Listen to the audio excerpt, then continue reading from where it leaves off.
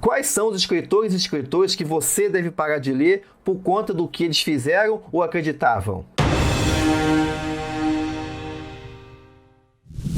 E aí, tudo fantástico com você? Começa esse encontro nosso aqui com um disclaimer. Esse vídeo aqui segue o espírito satírico promovido pelo Jonathan Swift, autor de Uma Proposta Modesta e também as Viagens de Gulliver. Viagem de Gulliver, que é bem conhecido, onde em uma das viagens o Gulliver se vê em meio à luta entre os liliputianos e os blefuscos, sobre qual é o lado certo para se quebrar o ovo, o que acabava gerando uma guerra que já se estendia por várias gerações entre essas duas nações. E se alinhando com essa proposta swiftiana, vou falar aqui de 14 escritores e escritoras que você deve parar de ler porque eles fizeram alguma coisa, se posicionaram de algum jeito que não estão de acordo com o que hoje se considera como normal, como aceitável, como tolerável. Todos os nomes citados aqui, em um momento ou de outro, tiveram seus nomes relacionados a polêmicas, a ponto de suas obras serem consideradas perigosas ou então passíveis de serem banidas. E fica aí para você assistir até o final do vídeo para ver se o seu escritor ou escritora preferida, por acaso, não entrou nessa lista negra feita aqui por esse vídeo. Fica o convite também para você, concordando ou discordando, deixar o que você achou aí dos nomes que eu vou falar aqui nos comentários aqui embaixo, lembrando sempre de comentários saudáveis e educados, mesmo porque se você colocar coisa mal criada aí, vou usar a mesma tática que algumas pessoas conhecem, algumas pessoas só conhecem o radicalismo, então eu vou te bloquear lindo. Da mesma forma, se alguém por acaso ficar ofendido ou ofendida com o que eu vou falar aqui, só lamento, eu não estou aqui para poder agradar lado A ou lado B. Meu compromisso aqui é com a literatura fantástica. Então, sem mais delongas, vamos lá para a lista. O que você faria se por acaso você, que está acostumado a ler um escritor bem conhecido, e se de uma hora para outra você descobrisse que esse escritor abandonou a esposa grávida do segundo filho deles para poder ficar com uma menina de 15 anos. E esse abandono se deu porque o escritor ficou revoltado com o fato que a esposa não aceitou a amante. Não aceitando também que a esposa não desse mais dinheiro para ele poder viver suas aventuras com a amante. E aí, por conta disso mesmo, essa esposa grávida do segundo filho, repito, cometesse suicídio. E depois, esse mesmo escritor escrevesse uma carta limpando sua barra dizendo que não tinha nada a ver com isso. Você acha isso uma atitude revoltante? Você acha que por conta disso você deixaria de ler as obras desse escritor? Então, se você é um defensor da moral e dos bons costumes, fica o convite para você parar de ler os trabalhos poéticos do escritor Percy Bysshe Shelley, marido da Mary Shelley, autora de Frankenstein e um dos espíritos mais impetuosos e mais inflamados do romantismo. Ainda falando com você que é defensor da moral e dos bons costumes da família cristã, o que aconteceria se você descobrisse que o seu escritor favorito é um viciado a ponto de perder empregos, não conseguir trazer sustento para sua casa e também, além de tudo, ser um pedófilo que casou com uma menina de 13 anos. Você acha isso uma atitude revoltante?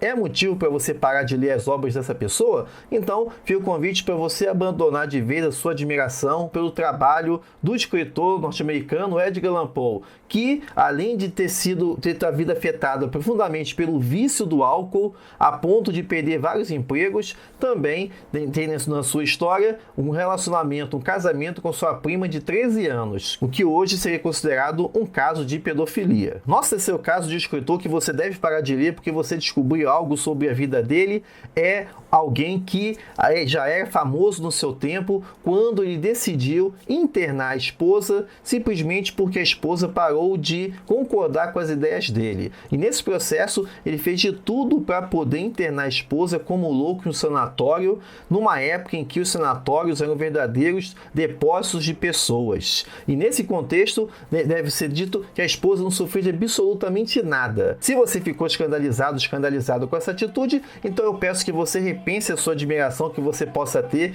pelo escritor Charles Dickens, uma das principais vozes da literatura vitoriana, um homem que, por meio das suas obras, fez várias denúncias sobre a situação dos pobres na Inglaterra vitoriana, chamando a atenção das pessoas para as classes mais pobres do seu tempo. Charles Dickens também é famoso por diversas obras como Oliver Twist, David Copperfield e, em época de Natal, Um Conto de Natal, onde o velho Scrooge recebe a visita de 3 fantasmas do passado, do presente e do futuro, levando Scrooge a reexaminar os valores de sua vida. O próximo nome que você pode até ser fã, mas que você vai parar de ler por conta do que ele fez, é alguém que detestava pobre. Ainda que tenha crescido pobre de uma família extremamente carente, ele conseguiu, com muita luta, muito estudo, ascender socialmente, e nesse processo ele também acabou desenvolvendo uma raiva dos pobres, a ponto de, em suas obras, os bairros onde ele vivia, os bairros dos trabalhadores, serem os primeiros a serem destruídos nas suas narrativas, e enxergando também nas classes mais pobres um obstáculo para o crescimento do seu país. E é esse elemento que está presente também na obra do pai da ficção científica, o escritor H.G. Wells, cujas obras mostram bem esse aspecto do darwinismo social que tanto marcou a Inglaterra vitoriana. Nos próprios Guerra dos Mundos, por exemplo, H.G. Wells mostrava os marcianos destruindo primeiramente não a Londres, mas sim os bairros pobres onde ele cresceu e passou a nutrir ódio daquela situação. Falei da ficção científica, os próximos 2 casos estão ligados ao mundo da fantasia. E se você descobrisse que 2 obras que você tanto admirava, 2 obras que ajudaram você a formar seu caráter, ajudaram você a trilhar o caminho da infância, foram escritas por 2 pedófilos. Isso é motivo suficiente para você parar de ler? Então eu aconselho você a abandonar a sua admiração e também a sua leitura para você e seus filhos e filhas das obras de Lewis Carroll, autor de Alice no País das Maravilhas e Alice através do Espelho, e também do escritor J.M. Barrie, autor de The Peter Pan e Wendy. Os 2 escritores até hoje são suspeitos de pedofilia por conta do seu contato próximo com o universo infantil. Mas lembre-se, esqueça toda a contribuição que esses escritores fizeram para o universo da literatura infantil, para o romance de crianças, e abandone a leitura dos 2 imediatamente. Trazendo uma representante feminina, o que você diria se você descobrisse que uma das maiores vozes da literatura do século XX, uma pessoa que é fonte de admiração e de inspiração para toda uma legião de pessoas, se colocando como modelo, na verdade é uma pessoa que detestava pobres, judeus e negros. Se isso for um choque para você, a ponto de você rever até mesmo a sua admiração e mesmo a leitura dessa pessoa, então eu te convido a abandonar as obras de Virginia Woolf. Ainda que hoje seja uma ícone do movimento feminista, o mesmo pode ser dito em relação à sua postura contra os grupos minoritários que eu citei aqui. Falando de preconceito em relação a grupos específicos, o nosso próximo caso vai abordar justamente disso. O que você faria quando você entra em contato com a obra do escritor que você admira, e aí você percebe que em todas as narrativas dele há uma forte presença de elementos racistas, principalmente voltados a imigrantes oriundos de diversas etnias, e que por conta disso mesmo as suas criaturas monstruosas são representações desse preconceito em relação a povos que ele considerava como povos bárbaros. Então, se você ficou chocado e quer repensar a sua leitura desse escritor, fica o convite para você abandonar as obras de H.P. Lovecraft, um dos mestres do horror moderno, escritor que exerce profunda influência sobre Neil Gaiman, Guilherme Del Toro e diversos escritores, mas que, por conta das suas posturas racistas no início do século XX, hoje, já que a proposta desse vídeo é mostrar quem você deve parar de ler, deve ser imediatamente abandonado em nome da defesa dos grupos minoritários. E o próximo caso, que traz muita semelhança até mesmo com o H.P. Lovecraft, a gente vai falar de alguém que, ainda que você tenha profunda admiração, também fez parte da sua infância, que nutriu muito dos seus momentos felizes enquanto menino e menina,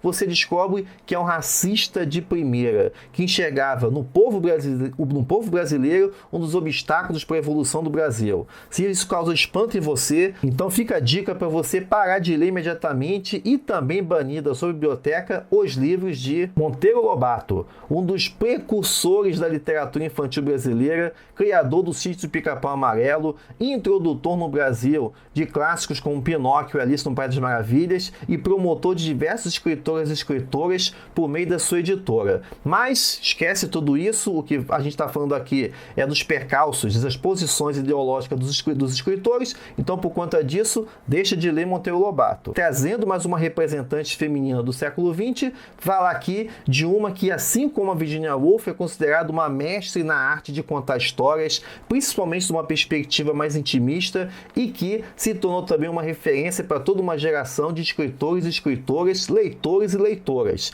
Mas o que aconteceria se você descobrisse que essa escritora era profundamente preconceituosa em relação aos pobres, principalmente as empregadas domésticas que trabalhavam para ela? Então esse é o caso de você repensar sua admiração pela Clarice Lispector. Clarice Lispector, que apesar de ser também um ícone do feminismo, de ser uma das escritoras mais prestigiadas da literatura brasileira, afirmava que as empregadas domésticas são um festival de incompetência que as patroas têm que domesticar e às vezes domar como um bicho bravo. Dessa forma, assim como a Virginia Woolf, ainda que a Clarice seja um ícone do feminismo, a gente pode pensar que não são todas as mulheres que a considerava como iguais. O próximo escritor, esse da literatura americana, é uma verdadeira referência no seu meio, tendo sido um dos principais responsáveis pela disseminação e valorização também da forma literária que ele praticava, mas de uma hora para outra você descobre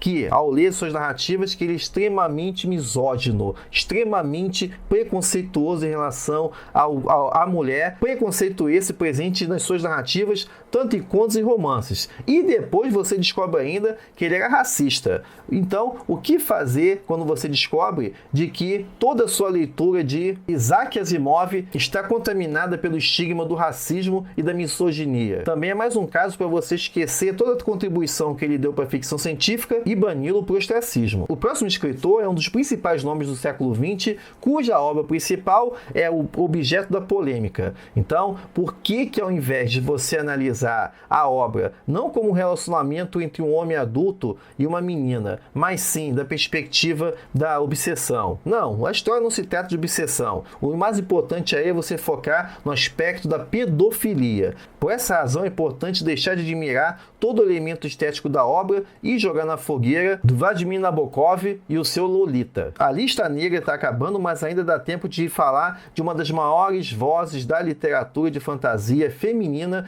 da segunda metade do século XX. Uma escritora que promoveu novos olhares sobre a literatura de fantasia e também sobre romances medievais, o que ajudou a estimular toda uma geração de escritores e escritoras relacionados a esse tema. Mas de uma hora para outra você descobre que ela não é apenas pedófila, mas é pedófila da própria filha, tendo forçado ela desde 5 anos de idade a se tornar homossexual. O que fazer nesse caso então com a obra de Marion Zimmer Bradley, uma das maiores vozes da literatura de fantasia feminista da segunda metade do século XX, com obras como As Brumas de Avalon? E para fechar essa lista, trago uma das maiores poetisas do século XX, uma das mulheres que sempre causa impacto com a sua obra poética e que viveu no Brasil corajosamente um relacionamento homoafetivo, mas de uma hora para outra você descobre que ela apoiou o golpe militar de 64. Então por isso já é motivo para boicotar a obra poética de Elizabeth Bishop,